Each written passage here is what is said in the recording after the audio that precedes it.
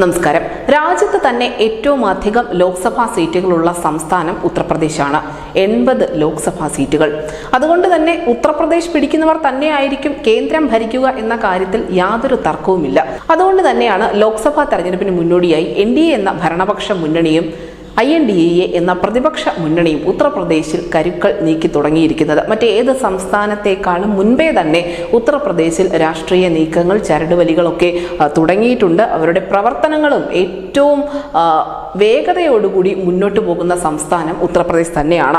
BJPയെ സംബന്ധിച്ചിടത്തോളം ഉത്തർപ്രദേശ് വളരെ നിർണായകമാണ്. കാരണം കഴിഞ്ഞ തവണ അവിടെ നഷ്ടപ്പെട്ട സീറ്റുകൾ തിരികെ പിടിച്ച് ഇത്തവണ 80-ൽ 80 സീറ്റും നേടുക എന്ന വലിയ ലക്ഷ്യമാണ് BJPക്ക് ഉത്തർപ്രദേശിലുള്ളത്. 2019-ൽ പാർട്ടിക്ക് നഷ്ടപ്പെട്ട ഏതാനും സീറ്റുകൾ, ആ സീറ്റുകൾ ഓരോ ക്ലസ്റ്ററുകളാക്കി തിരിച്ചുകൊണ്ട് ഓരോ ക്ലസ്റ്ററുകളിലും കേന്ദ്രമന്ത്രിമാരെ തന്നെ വിന്യസിച്ചുകൊണ്ടാണ് BJP പ്രവർത്തനം തുടങ്ങി വെച്ചത്. പിന്നീട് അത് പരിമിതപ്പെടുത്തിയെങ്കിലും മാറ്റങ്ങളോട് കൂടിയുള്ള പുതിയ ടീം ഉടൻ തന്നെ രൂപീകരിക്കുകയും ചെയ്തു. UPയുടെ BJP മേധാവിയായ ഭൂപേന്ദ്ര ചൗധരിയുടെ നേതൃത്വത്തിൽ തന്നെയാണ് ഈ സംഘം ഇപ്പോഴും പ്രവർത്തിച്ചുകൊണ്ടിരിക്കുന്നത്. കേന്ദ്ര സംഘം പ്രത്യേക മേൽനോട്ടം വഹിക്കുന്ന സംസ്ഥാനം കൂടിയാണ് ഉത്തർപ്രദേശ് എന്ന് പറയുന്നത്. കഴിഞ്ഞ തവണ അവിടെ 62 സീറ്റുകളാണ് BJPക്ക് നേടാൻ സാധിച്ചത്. അതുകൊണ്ട് തന്നെ ഇത്തവണ ഈ 62-ൽ നിന്നും 80-ലേക്ക് എത്തുക എന്നത് BJPയെ സംബന്ധിച്ച് വലിയൊരു ടാസ്ക് തന്നെയാണ്. അതുകൊണ്ട് തന്നെയാണ് അവരവിടെ ഇത്ര നേരത്തെ തന്നെ പ്രവർത്തനങ്ങൾ ആരംഭിച്ചിരിക്കുന്നത്.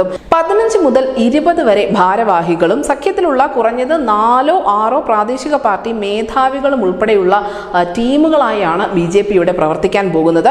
കഴിഞ്ഞ തവണ വിജയിച്ച 62 ലോക്സഭാ സീറ്റുകളിൽ മന്ത്രിമാരെയും ഭാരവാഹികളെയും ഒക്കെ നിയോഗിച്ചിട്ടുമുണ്ട്. അങ്ങനെ ഓരോ സീറ്റിനും പ്രത്യേകമായ പരിഗണന നൽകിക്കൊണ്ട് തന്നെയാണ് BJP ഇക്കുറി മുന്നോട്ട് പോകുന്നത്. പുതുതായി നിയമിതനായ UPയിലെ BJP അധ്യക്ഷൻ ഭൂപേന്ദ്ര ചൗധരിയും ലോക്സഭാ തെരഞ്ഞെടുപ്പ് കഴിയുന്നതുവരെ സംസ്ഥാനത്ത് തന്നെ തുടരുമെന്ന കാര്യവും ഉറപ്പാണ്. 62 ലോക്സഭാ സീറ്റുകളിൽ മന്ത്രിമാരെ വിന്യസിക്കുമ്പോൾ 20ഓളം ക്ലസ്റ്ററുകളിൽ ഓരോന്നിലും യോഗി മന്ത്രിസഭയിൽ നിന്നുള്ള ഒരു മുതിർന്ന മന്ത്രിയെ BJP വിന്യസിക്കുന്നുണ്ട് എന്നുകൂടി ഉത്തർപ്രദേശിൽ നിന്നുള്ള വൃത്തങ്ങൾ അറിയിക്കുന്നു. അങ്ങനെ BJP വളരെ ആത്മവിശ്വാസത്തിൽ തന്നെയാണ്. പക്ഷേ ബാക്കിയുള്ള 18ഓളം സീറ്റുകൾ കൂടി തിരികെ പിടിക്കുക, അങ്ങനെ 80-ൽ 80 എന്നുള്ള ആ വലിയ നേട്ടത്തിലേക്ക് എത്തണമെങ്കിൽ തീർച്ചയായും ഗ്രൗണ്ട് ലെവലിൽ കുറച്ചുകൂടി പ്രവർത്തനങ്ങൾ വ്യാപിപ്പിക്കേണ്ടതുണ്ട്. അത് മുന്നിൽ കണ്ടുകൊണ്ട് തന്നെയാണ് ചെറിയ ക്ലസ്റ്ററുകളായി തിരിച്ചുകൊണ്ട് BJP അവിടെ പ്രവർത്തനം ഊർജിതപ്പെടുത്തിയിരിക്കുന്നത്. ഇനി INDAയിലേക്ക് വരുമ്പോൾ പ്രതിപക്ഷ മുന്നണിയാണ്.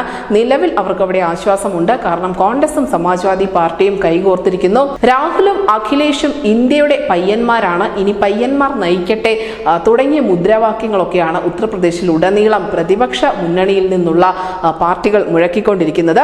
എന്തായാലും ഉത്തർപ്രദേശിൽ ഇത്തവണ സമാജ്വാദി പാർട്ടി കൂടെ നിൽക്കുന്നത് കോൺഗ്രസിന് നൽകുന്ന ആശ്വാസം ചെറുതല്ല. അപ്പോഴും BJP അവർക്കവിടെ ഒരു വലിയ കടമ്പ തന്നെയാണ്. BJPയെ കുറച്ചെങ്കിലും പിന്നോട്ട് വലിക്കാതെ അവിടെ സമാജ്വാദി പാർട്ടിക്കൊപ്പം ചേർന്നാൽ പോലും കോൺഗ്രസിന് മുന്നോട്ട് പോകാൻ സാധിക്കില്ല.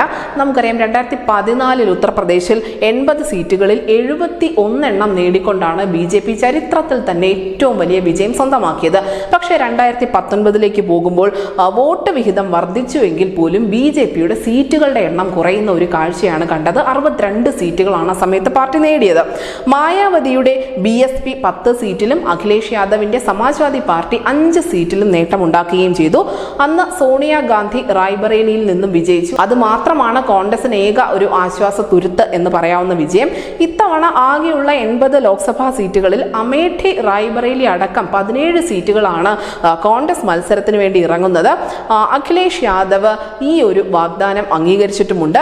SP 60-ലേറെ സീറ്റിൽ മത്സരിക്കുന്നുമുണ്ട്. വാരണാസിയിൽ പ്രധാനമന്ത്രി നരേന്ദ്രമോദിക്കെതിരെ INDA മുന്നണിയിലെ കരുത്തൻ തന്നെയായിരിക്കും നിൽക്കാൻ പോകുന്നത്. അതിനൊപ്പം തന്നെ ഈ NDAയും INDAയും കിണഞ്ഞു പരിശ്രമിക്കുന്ന മറ്റൊരു കാര്യം കൂടിയുണ്ട്, മായാവതിയെ ഒപ്പം ചേർക്കുക. നമുക്കറിയാം ദളിത് വോട്ട് ബാങ്കിന്റെ വലിയ അടിത്തറയുള്ള ഒരു പാർട്ടിയാണ് മായാവതിയുടെ BSP എന്ന് പറയുന്നത്. ദളിതുകൾ ഉത്തർപ്രദേശിന്റെ രാഷ്ട്രീയ ഭൂമികയിൽ കൃത്യമായ മേൽവിലാസമുള്ളവരാണ്. അവരുടെ തീരുമാനങ്ങൾക്ക്, അവിടുത്തെ രാഷ്ട്രീയ മാറ്റങ്ങൾക്കൊക്കെ വഴിവെക്കാനുള്ള കെൽപ്പുമുണ്ട്. അതുകൊണ്ട് തന്നെ മായാവതിയെ ഒപ്പം നിർത്തുക എന്നുള്ള വലിയ ടാസ്ക് INDA മുന്നണിയെ പ്രതിനിധീകരിച്ചുകൊണ്ട് ഏറ്റെടുത്തിരിക്കുന്നത് അഖിലേഷ് യാദവാണ്. അഖിലേഷ് യാദവ് ഉടൻ തന്നെ മായാവതിയുമായി ചർച്ച നടത്തുമെന്ന തരത്തിലുള്ള റിപ്പോർട്ടുകളും മറ്റും ദേശീയ മാധ്യമങ്ങൾ പങ്കുവെക്കുന്നുണ്ട്. NDAയും ഇക്കാര്യത്തിൽ വിട്ടുകൊടുക്കാൻ തയ്യാറല്ല. BJPയുടെ ഭാഗത്ത് നിന്നും വലിയ ശ്രമങ്ങൾ മായാവതിയെ സ്വന്തം പാളയത്തിൽ എത്തിക്കുന്നതിന് വേണ്ടി നടക്കുന്നുണ്ട്. ഇറങ്ങുന്നുണ്ട്. കാരണം നമുക്കറിയാം RLDയെ BJP ഒപ്പം കൊണ്ടുവന്നിട്ടുണ്ട്. ജയന്ത് ചൗധരി ഒപ്പം നിൽക്കുന്നതിൻ്റെ ഒരു ആത്മവിശ്വാസം അവർക്ക് ലഭിക്കുന്നുണ്ട്. ഇത് തന്നെ BSP കൂടി എത്തുകയാണെങ്കിൽ ഇരട്ടിക്കുമെന്നുള്ള പ്രതീക്ഷ കൂടി NDA എന്ന ഭരണപക്ഷ മുന്നണിക്കുണ്ട്.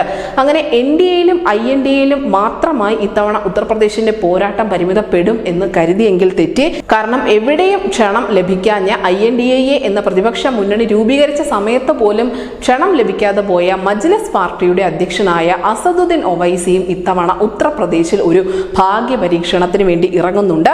അസദുദ്ദീൻ ഒവൈസിയുടെ ശക്തി കേന്ദ്രമായ തെലങ്കാനയ്ക്കപ്പുറം ബീഹാറിലും ഉത്തർപ്രദേശിലും മഹാരാഷ്ട്രയിലും മത്സരിക്കാൻ തന്നെയാണ് ഇത്തവണ മജ്ലിസ് പാർട്ടി തീരുമാനിച്ചിരിക്കുന്നത്.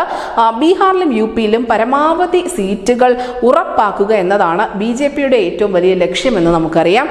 ഇതിനിടയിലാണ് ഒവൈസിയുടെ പാർട്ടി ബീഹാറിൽ 7 സീറ്റിലും ഉത്തർപ്രദേശിൽ 20 സീറ്റിലും മത്സരിക്കാൻ തീരുമാനിച്ചിരിക്കുന്നത്. അങ്ങനെ തിരിച്ചുവരവിനൊരുങ്ങുന്ന പ്രതിപക്ഷ സഖ്യത്തെ സംബന്ധിച്ച് ഇത് വലിയൊരു തിരിച്ചടി സമ്മാനിക്കുമെന്ന കാര്യത്തിൽ ഒരു തർക്കവുമില്ല. ഈ മതേതര വോട്ടുകളൊക്കെ ഭിന്നിച്ചു പോകുന്നത്, ഗുണം ചെയ്യാൻ പോകുന്നത് ആത്യന്തികമായും BJPക്ക് തന്നെയായിരിക്കും. അസദുദ്ദീൻ ഒവൈസി എപ്പോഴും പറയുന്ന ഒരു കാര്യമുണ്ട്, മതേതരത്വത്തിന്റെ പിന്നാലെ മുസ്ലിങ്ങൾ പോകരുത്, മുസ്ലിങ്ങൾ തങ്ങൾക്കൊപ്പം നിൽക്കണമെന്ന്. അങ്ങനെ മുസ്ലിങ്ങളുടെ ഈ വോട്ട് ബാങ്കിൽ വലിയ ഒരു വിള്ളൽ വരുത്താൻ ഒവൈസിക്ക് കഴിയുമെന്ന് തന്നെയാണ് രാഷ്ട്രീയ നിരീക്ഷകർ ഉൾപ്പെടെ വിലയിരുത്തുന്നത്. അങ്ങനെ BJPക്ക് അധ്വാനിക്കാതെ തന്നെ അവിടെ കളം പിടിക്കാനുള്ള ഒരു സാധ്യത കൂടി ഒവൈസി ഒരുക്കി കൊടുത്തിരിക്കുന്നു എന്ന് വേണമെങ്കിലും നമുക്ക് പറയാൻ സാധിക്കും. അങ്ങനെ ഉത്തർപ്രദേശിനെ അവഗണിച്ചുകൊണ്ട് ആർക്കും മുന്നോട്ട് പോകാൻ സാധിക്കില്ല എന്നുള്ള ഒരു തിരിച്ചറിവ് ഇത്തവണ എല്ലാ മുന്നണികൾക്കുമുണ്ട്. അതുകൊണ്ട് തന്നെയാണ് ഉത്തർപ്രദേശിൽ അവരൊക്കെ കഠിനാധ്വാനം ചെയ്ത് തുടങ്ങിയിട്ടുള്ളതും. എന്തായാലും UP കടക്കാൻ തങ്ങളെ കൊണ്ട് സാധ്യമാകുന്നതെല്ലാം ഇപ്പോൾ തന്നെ തുടങ്ങിയിട്ടുണ്ട്. ഓരോ പാർട്ടിയും ഉത്തർപ്രദേശിന് ഇന്ത്യൻ രാഷ്ട്രീയത്തിലുള്ള ഒരു പങ്ക് ചെറുതല്ല. കാര്യം 80 ലോക്സഭാ സീറ്റുകൾ, 80 പ്രതിനിധികളെ ലോക്സഭയിലേക്ക് അയക്കുക എന്ന് പറയുന്നത് നിസ്സാരമായ ഒരു കാര്യമേ അല്ല.